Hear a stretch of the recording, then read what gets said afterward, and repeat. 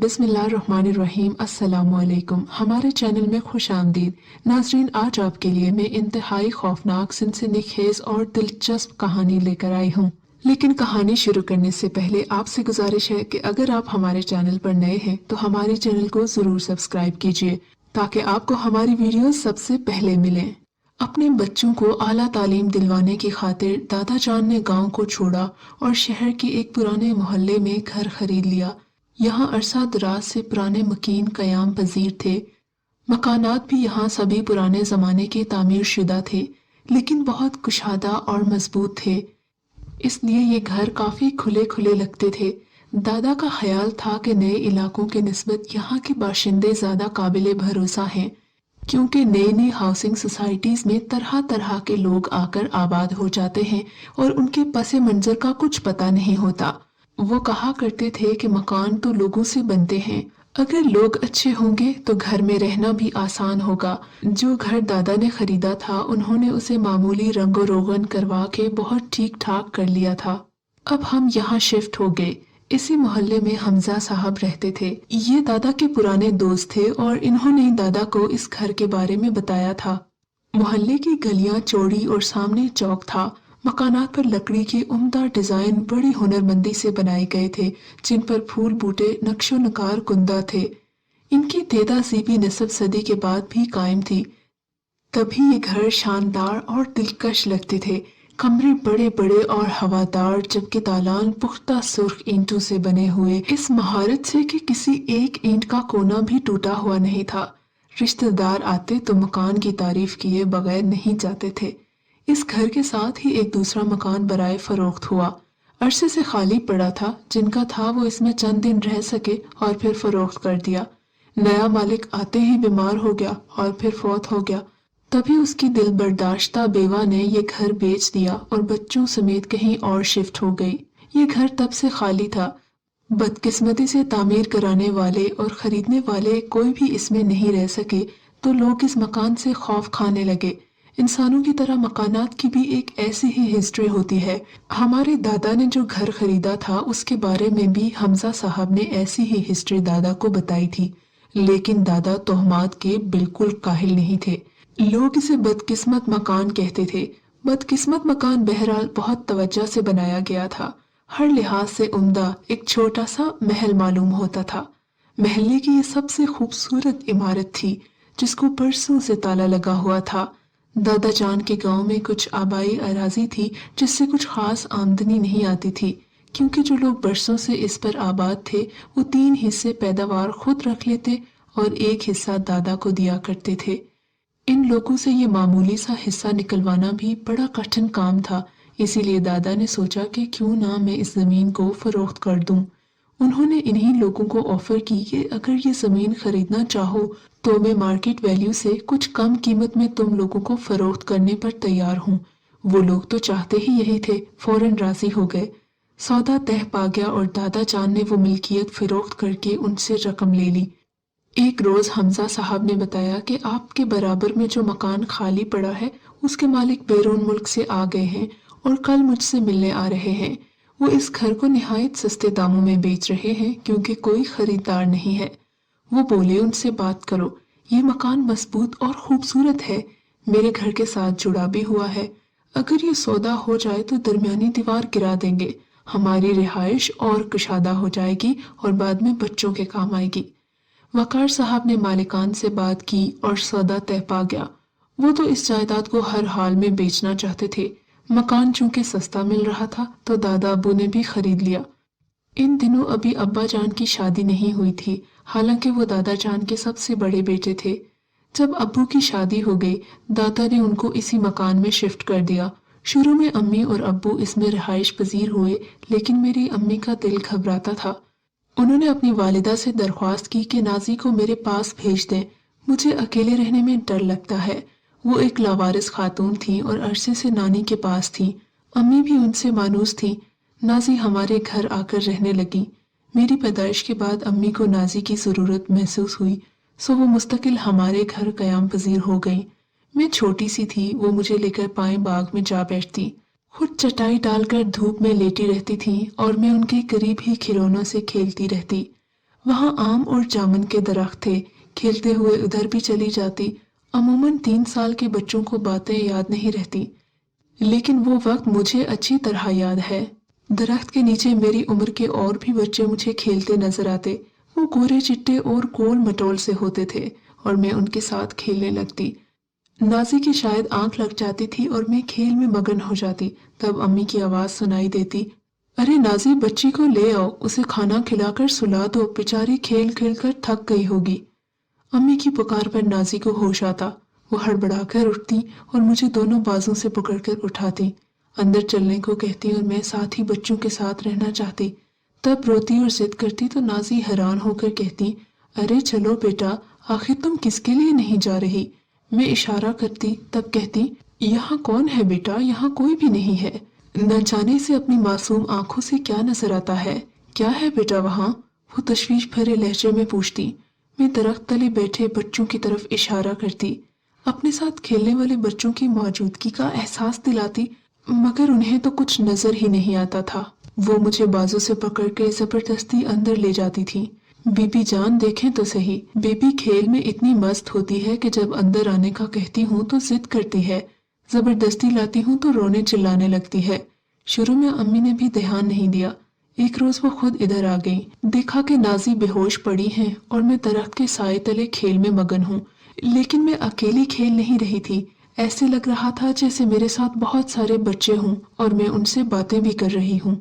मेरा इस अंदाज से खेलना अम्मी को बड़ा अजीब लगा।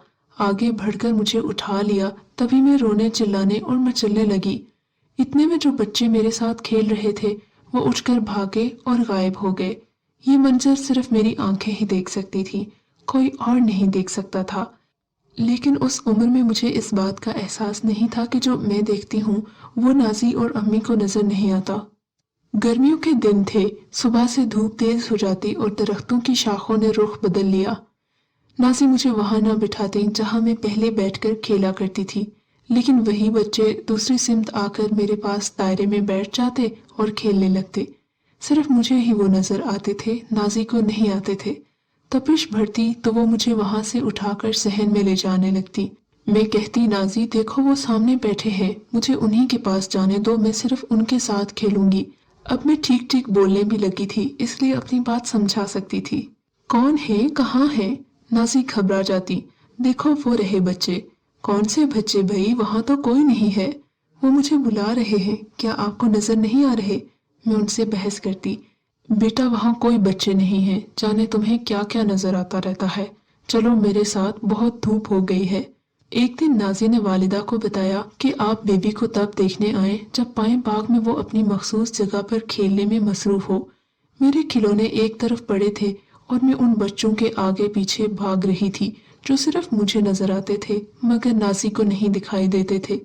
मेरी अम्मी दंग रह गई। उन्होंने अजीब अंदाज से खेलते पाया जैसे मैं किसी के साथ खेल रही हूँ, भाग रही हूँ। वो डर गई और मुझे दादी के पास ले गई। जब उन्होंने दादी को सारी बात बताई तो दादी ने कहा, बहू ये मकान अरसे से बंद पड़ा था, मुमकिन है किसी और मखलूक ने भी इसमें बसेरा कर लिया हो। तुम इसको दरख्तों तले मत खेलने दिया करो, बल्कि पाएं बाग की तरफ जाने वाला दरवाजा ही बंद कर दो। अम्मी ने तो ऐसा कर दिया, लेकिन मैं बीमार पड़ गई। मैंने खाना पीना छोड़ दिया। तब दादी मुझे दम करवाने एक मौलवी साहब के पास ले गई। अब वो रोज घर आकर मुझ पर दम दुरूद करते, तब मैंने खाना पीना शुरू कर दिया। लेकिन बाग जाने की जिद में अब भी करती थी, क्योंकि मेरे साथी वहां थे जिनके साथ खेलकर मैं खुश होती थी। उन्हीं दिनों मेरी बहन पैदा हुई। अब मैं अकेली नहीं थी, छोटी के साथ खुश थी। नाजी उसे लेकर सहन में बैठती और अम्मी खाना बनाती थी। एक दिन छोटी बहन झूले में थी और अम्मी साथ खाना बना रही थी, जबकि नाजी पास ही बैठी थी। अचानक नाजी ने जमाइयां लेना शुरू कर दी। फिर वो फर्श पर लेटकर सो गई। तभी मैंने देखा कि एक औरत झूले के करीब आई। उसने नन्ही को बाजू में उठाया और दरख्त की तरफ चली गई। ये मंजर देखकर मैं रोने लगी तो नाजी की आंख खुल गई। मैंने झूले की तरफ इशारा किया। वो हैरान रह गई कि नन्ही किधर गई है। तभी मैंने रोते हुए दरख्त की तरफ इशारा किया। इस वक्त मैं बोल नहीं रही थी, जैसे जुबान किसी ने पकड़ ली हो। नाजी घबरा कर अंदर को दौड़ी और अम्मी को पुकारा, बीबी जान आप कहाँ हैं, बाहर आए। क्या आपने बच्ची को उठाया है? वो झूले में नहीं है। قبل از امی آتی مجھے وہ عورت دوبارہ برآمدے میں نظر آئی۔ اس نے میری چھوٹی بہن کو پھر سے جھولے میں لٹایا، خود درخت کی سمت چلی گئی اور غائب ہو گئی۔ امی نے دیکھا کہ ننھی تو پالنے میں لیٹی ہے، بولی، نازی تمہیں کیا ہو گیا ہے؟ بچی تو یہاں سو رہی ہے اور تم واویلا مچا رہی ہو۔ نازی بیچاری لاجواب تھی۔ میں امی کو بتانا چاہتی تھی کہ نازی صحیح کہہ رہی ہے، مگر زبان نے ساتھ نہیں دیا۔ وہ عورت کئی بار مجھے پائیں باغ میں اور نلکے پر دکھائی دیتی تھی، کبھی بچے اس کے ساتھ ہوتے اور کبھی اکیلی ہوتی تھی۔ وقت گزرتا گیا، سمجھ آتی جا رہی تھی، اس گھر میں کسی کو کچھ نہ کچھ غیر معمولی ضرور محسوس ہوتا تھا، لیکن ایک میں ہی تھی جو کبھی کچھ اور کبھی کچھ دیکھتی تھی اور بیان کسی سے بھی نہیں کر پاتی تھی۔ ایک بار دیکھا کہ لڑکے اور لڑکیاں بیری کے درخت کے ارد گرد چکر لگا رہے ہیں اور وہ عورتیں نلکے پر کپڑے دھو رہی ہیں۔ ایک بار جاڑے کے موسم میں دیکھا کہ درخت پر آم لگے ہوئے ہیں۔ میں نے ضد کیا، نازی مجھے آم توڑ کر دو۔ وہ کہتی، اے ہے کیسی بن موسم برسات ہے بھئی، بھلا سخت سردی میں آم کہاں سے آ گئے؟ میں اشارے کرتی رہ جاتی، مگر نازی کو میری بات سمجھ نہیں آتی تھی۔ میرے ساتھ کچھ عجیب ہی واقعات ہونے لگے تھے۔ میں رات کو اپنے بستر پر لیٹی ہوتی اور ساتھ والے گھر میں ہونے والی دادا دادی، چچا چچی اور ان کے بچوں کے درمیان ہونے والی گفتگو کو میرے کان سن رہے ہوتے تھے۔ جب میں صبح انہیں بتاتی تو وہ حیرت سے میرا منہ تکتے۔ وہ مجھے ایسے دیکھتے جیسے میرے کانوں میں آواز کیچ کرنے والے کوئی آلات لگے ہوں۔ میرے گھر والے سب پریشان تھے کیونکہ میری کئی باتیں صحیح ثابت ہوتی تھیں۔ کسی صبح کہتی، ابو آج گاڑی پر مت جائیے، آپ کو گاڑی کی ٹکر لگے گی، اور پھر ایسا ہی ہو جاتا تھا۔ میں نہ کہتی تھی، کوئی میرے دل میں کہتا تھا۔ دادا کے انتقال کے بعد میرے ساتھ غیر معمولی واقعات زیادہ ہونے لگے تھے۔ میرا تو بچپن تھا، معصوم عمر تھی، جو دیکھتی تھی سنتی تھی بیان کر دیتی تھی۔ کچھ عالموں سے پوچھا، انہوں نے ابا اور چچا کو مشورہ دیا کہ اس گھر کو چھوڑ دیں اور کسی اور جگہ رہائش اختیار کر لیں۔